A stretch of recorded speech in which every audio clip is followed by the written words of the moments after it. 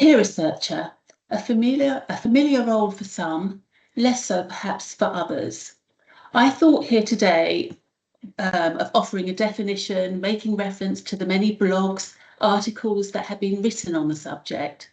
Although rich in content, I didn't find any one that wholly resonated with me, with my practice. And it was then that I realised that being a peer researcher is unique to all those who find their path into this space.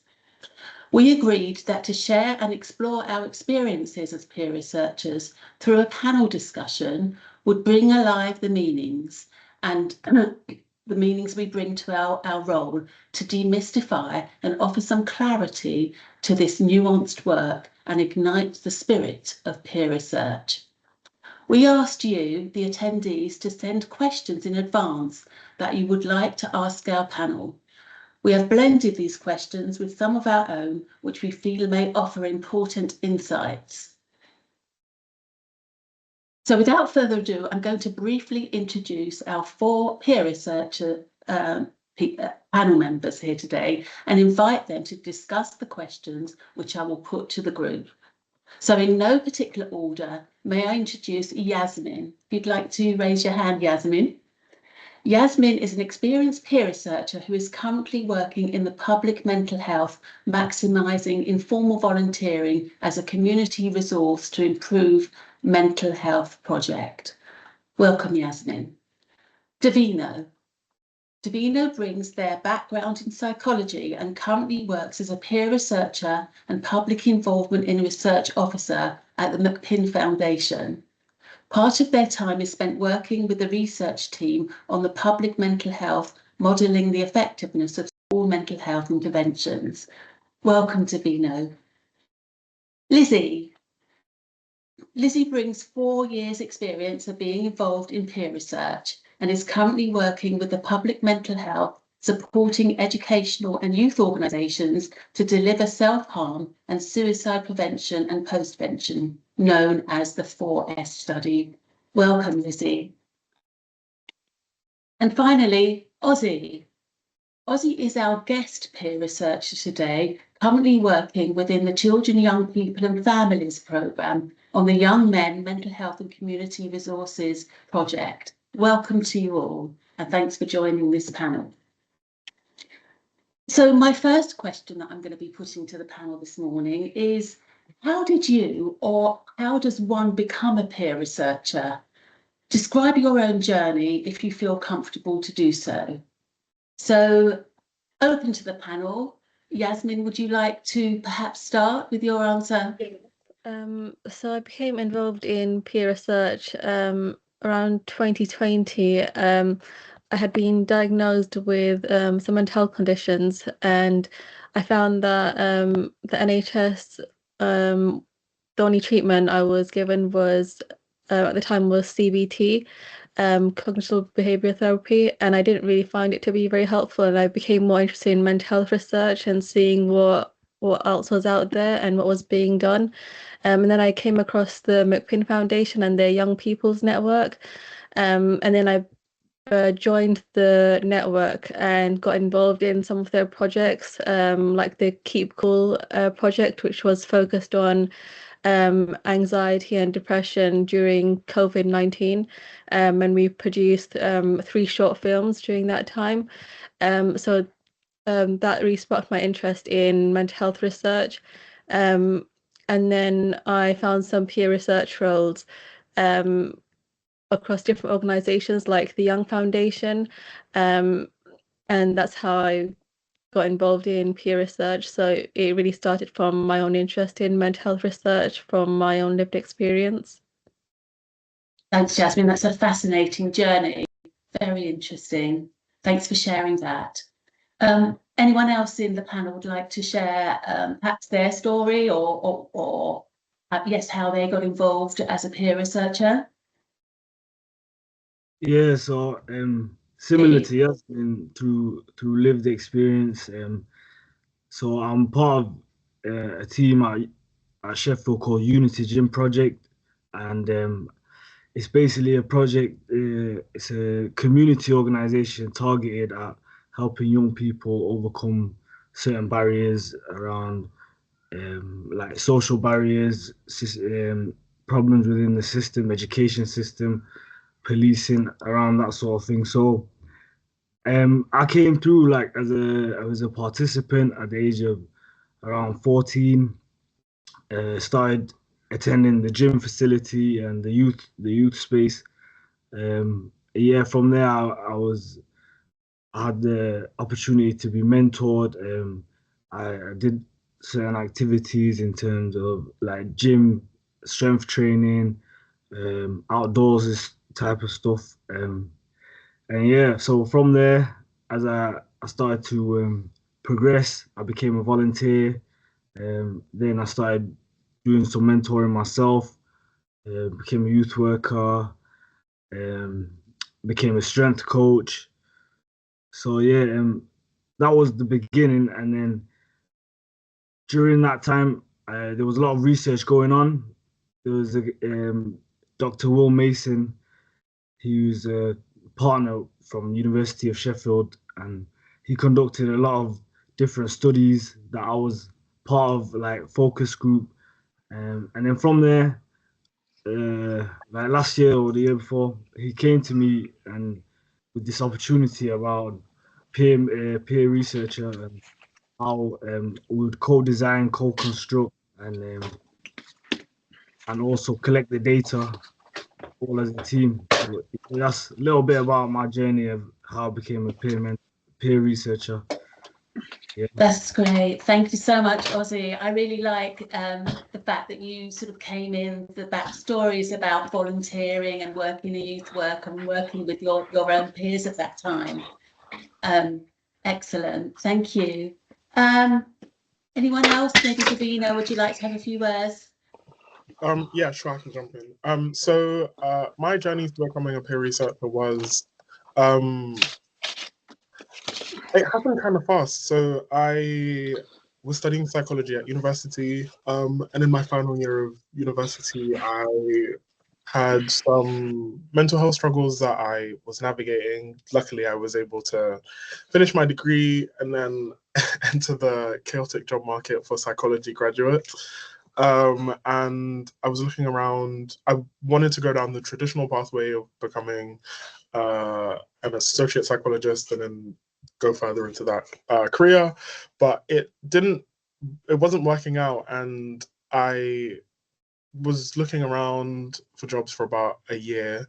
And funnily enough, a peer, was working at McPin, and she thought it would be a good fit for me, particularly because one of the first projects that I worked on at McPin was the Black Thrive Lambeth employment project, which was about improving the employment outcomes for Black Lambeth residents with long-term health conditions. And as someone, like, it felt very personal and close to me. So that was kind of the entryway into getting into peer research. I feel like after studying psychology, I had a bit of a researcher's mind, but I didn't know about peer research until I was introduced to the world of peer research. That's very interesting, Davina. Thanks for sharing that. And your journey is quite different to the other people, to Ozzy's and to Yasmin's, who have talked about that. So really demonstrates that everyone has a different pathway. I mean, I myself came into peer research later on in life.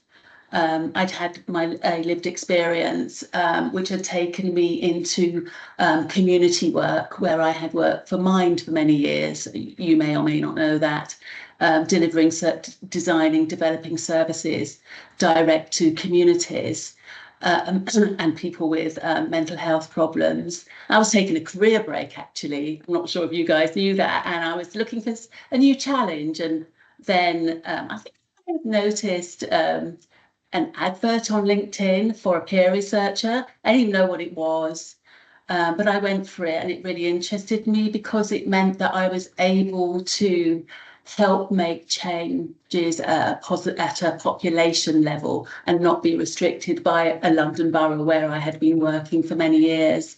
But it's certainly a new challenge for me. So yeah, my routine was through lived experience and community work. I think time is passing already, my word. I think you better swiftly moved on to the next question. So what do you think are the benefits of peer research? Firstly, to the research, and secondly, to peer researchers. Yasmin, would you like to speak to that? Yeah, I think to the research, some benefits are like improved trust and access to participants. So, for example, in the informal volunteering study, I had previous connections with some practitioners of volunteering. So I was able to send out our survey to them because I already knew them and had that existing network. So they were able to complete it. So having that existing network, especially with seldom heard communities, I think is something that peer researchers are able to bring, because they already have those networks and that existing trust, so it can be easier to access those participants. As well as I think benefits to the peer researchers. I found that for myself, being able to develop my skills has been really helpful. So during my peer research roles, I've been able to access a lot of training, and I think that's really helped me, as well as build my confidence. So I think it's been really helpful for improving my confidence as well as building my skills. That's brilliant. Thanks so much. And just before we move on to the next question, maybe Ozzy, if you'd like to, do you have anything that you'd like to add to that? So what are the benefits of peer research to research and/or to the peer researchers themselves?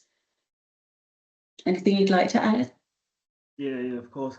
So some of the benefits to the research is it provides a different perspective, and it also helps construct the methods and how you're going to go about collecting the data. So just an example of the study I was involved in, one of the methods of data collection was we hosted a FIFA session, so video games, um, in the youth space with pizza. This was prior to, um, before we conducted the interviews, and it just allowed for people to relax um, and not obviously the youths that are coming in, the members that are coming in. We don't know what their situation is, whether they've had a meal that day or whether they're stressing about certain things. So it just allowed them to be in an environment where they're nourished and they're in a position where they feel like they can, be involved in the interview and their mind's not elsewhere. Ozzy, that's really nice. You've illustrated that really well, and I'm kind of impressed and comforted in a way that you brought that to this panel, because it's such a good example of how to reach people, how to involve people in a space that is comfortable for them, and with people that matter to them, because it makes people feel safe, and then they're more likely to get involved in the research. So thank you for that. Moving on, we're all peer researchers. We do peer research. That's what we do. So I was wondering, maybe Lizzie, if you could perhaps give some examples of things that you have or have been involved in as a peer researcher. Sure.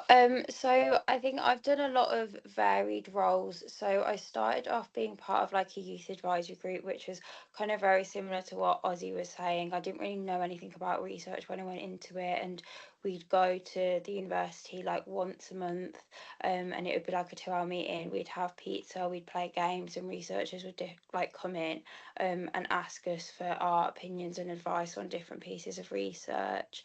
Similar to Yasmin, I joined them at PIN, lived experience group as well, and then I kind of did some co-production roles. So I'm sure most of you probably know, but co-production is where lived experience researchers have equal power in the research. So you're very much like an integral part of the research team, going to kind of like steering group meetings, working group meetings, and you're involved right from the start. I've also been a co-applicant on a few projects as well. So that's kind of thinking with researchers about the idea for a research project right from conception, really, before the proposal's written. So kind of, yeah, been involved all along the research journey, and then like dissemination and stuff, presented at some conferences, which has been really cool, and different network days. So I think I've done a lot of different roles and I've really enjoyed all of them, because I think from each role you kind of wear a different hat and you have a different level of involvement and input into the research, which is really interesting. And a real variety of project topics as well. So yeah, that's a bit about my journey. Thanks, Lizzie. That's wonderful. And yeah, I do agree. The day in the life of a peer researcher is never the same. There are so many different ways that we get involved.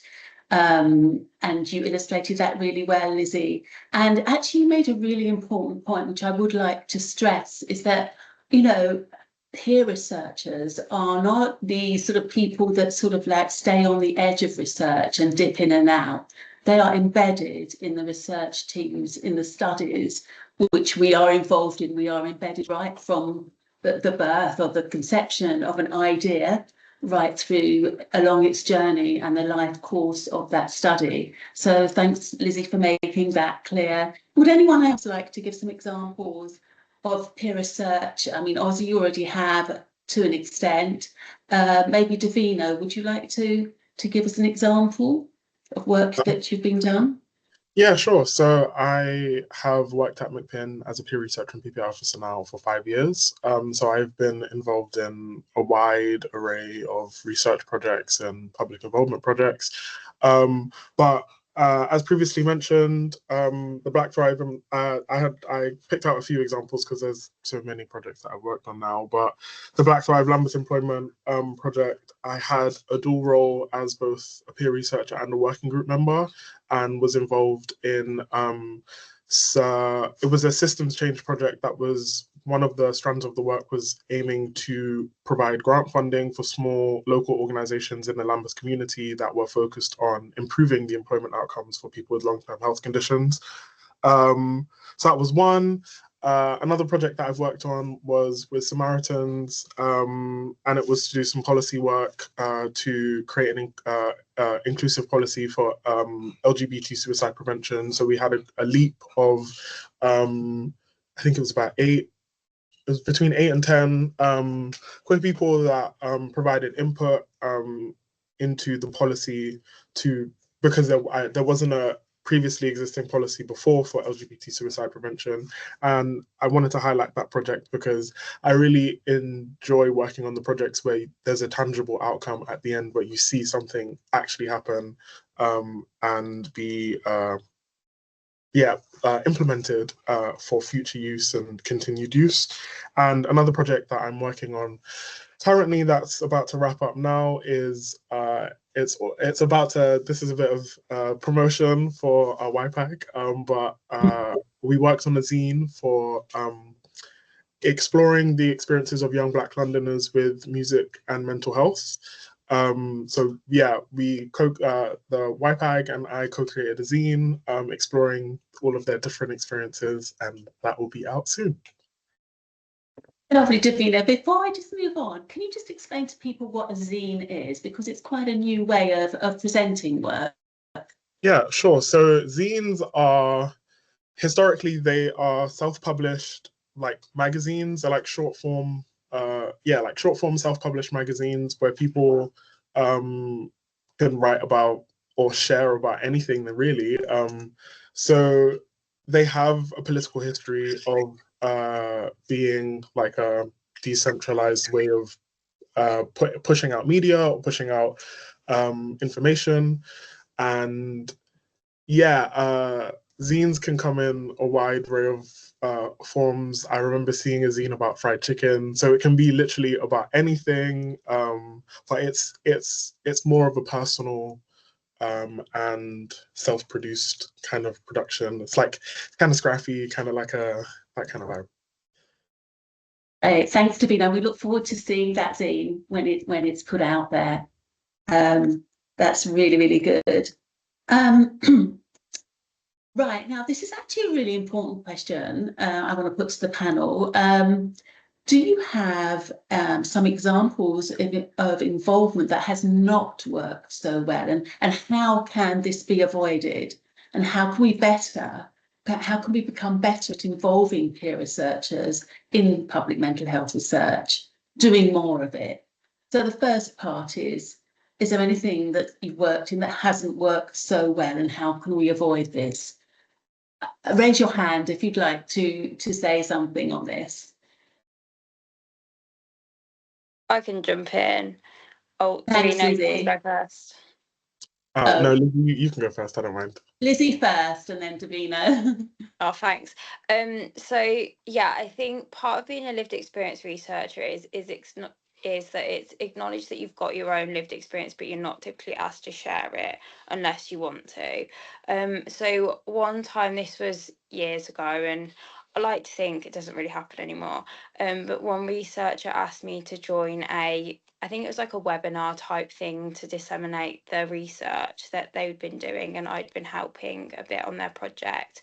And we got on the call, and they basically asked me to share my story and my experience of poor mental health, and what kind of my experience of care was, to help to justify why they'd done the research project. And I felt very much put on the spot. There was like 50 people or something in this webinar, and I'd just been directly, so can you tell me about your experience of mental health problems? And I was a bit like, well, I wasn't expecting this.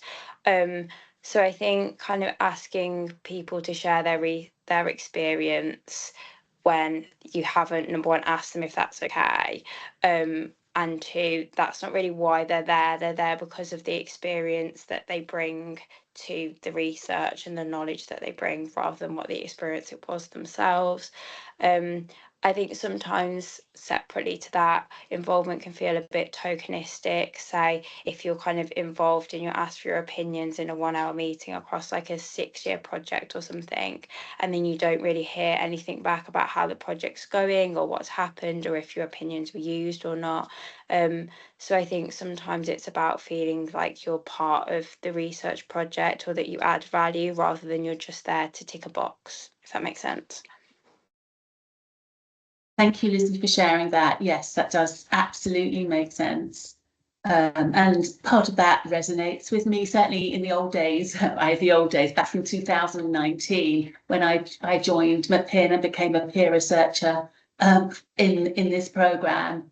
Yeah, it was a tricky time, not knowing when to say something or what was the right time to say something, and how was I really being perceived. There was a lot of learning at that time, and after a couple of years we did a review, and things took shape in a more positive way. Thanks for sharing that. Davina.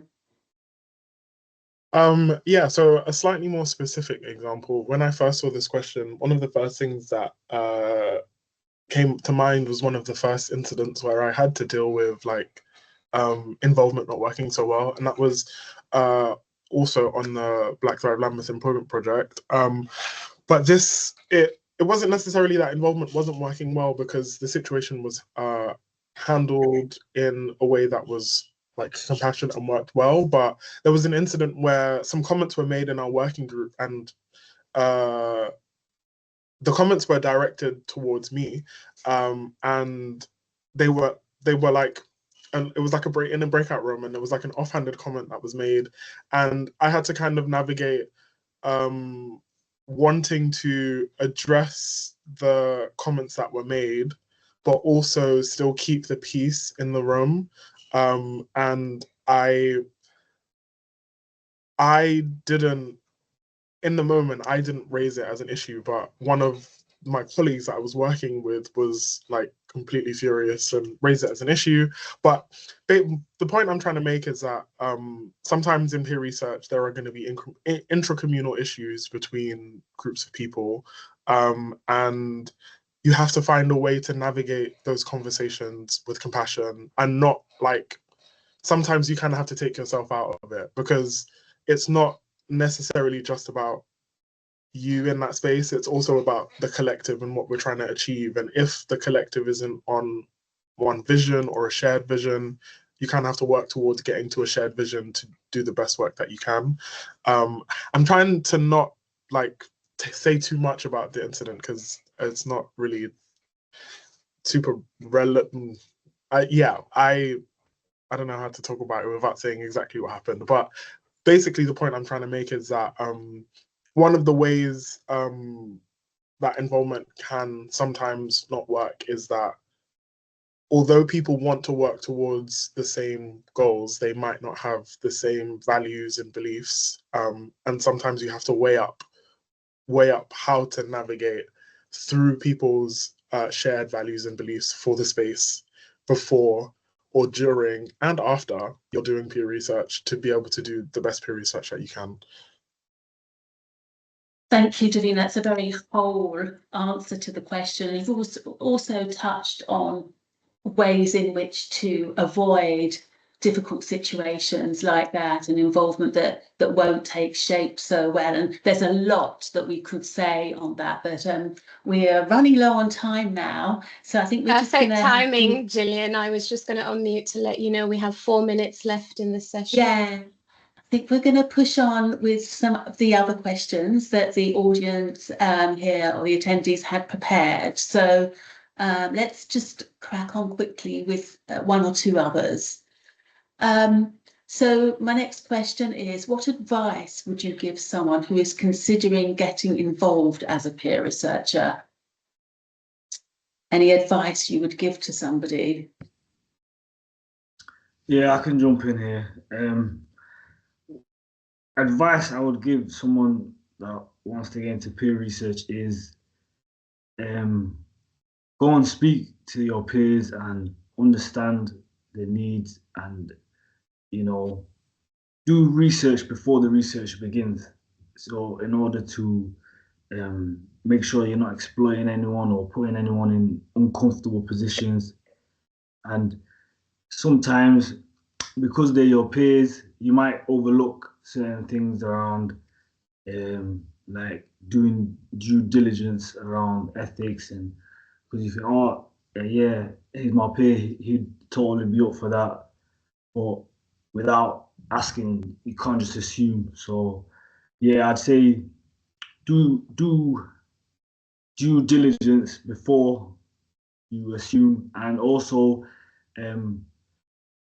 do a bit of research around the processes of research. So like the ethics approval, how to conduct interviews, how to do data analysis. So I was lucky with the lead of the study. He provided training for me and my other co-researcher around these stuff, and have a little bit of background in higher education, so I know stuff around research. But with others, they might not be in that same position. So yeah, that's what I'd say for advice. Thank you so much, Ozzy. That's really helpful. And I think we kind of come to the end of our panel discussion today. I'd like to just end with a top tip for anyone considering becoming a peer researcher, and that I would like to put the message out: be proud of who you are, be proud of your lived experience, because you can make that work. You can bring it into research, and you can really make a difference. So with that, my closing statement, I want to thank everyone, all the panel members, for your amazing answers and comments to all the questions today. Yeah, hope you enjoy the rest of the symposium.